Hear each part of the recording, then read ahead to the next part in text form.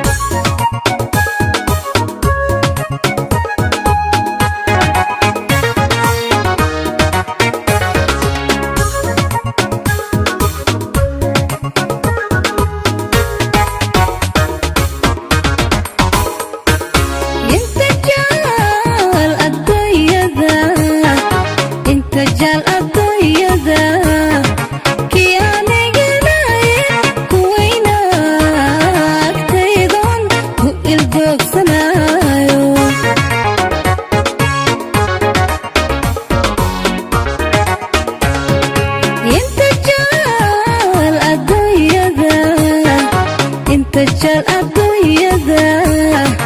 كياني جناين كوينا تيدون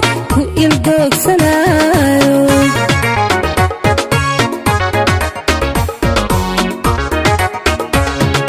سنكو نفلهو إذل أبهاي كليتاي أنيقو نعبين إيقا ودا سكين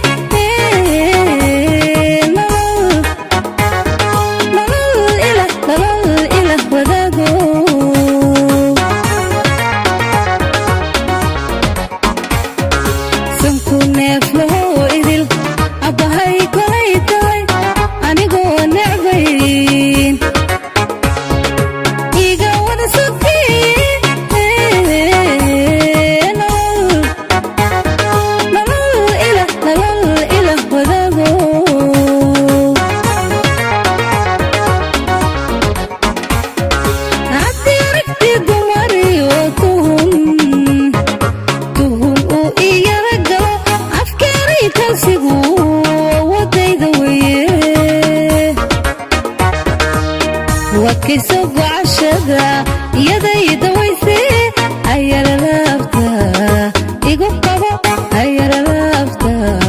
إيقو قبو هدي عرفتي دماري وتهن أو إيا رجلو أفكاري تنسيقو ودي دويه وكسب عشدا يدي دويسي أير لافتا إيقو قبو أير لافتا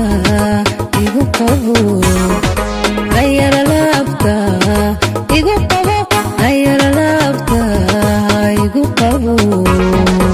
أير لافتا إيقو قبو أير لافتا إيقو قبو يا سلام يا سلام هدي أركت دمر يتون يرجلو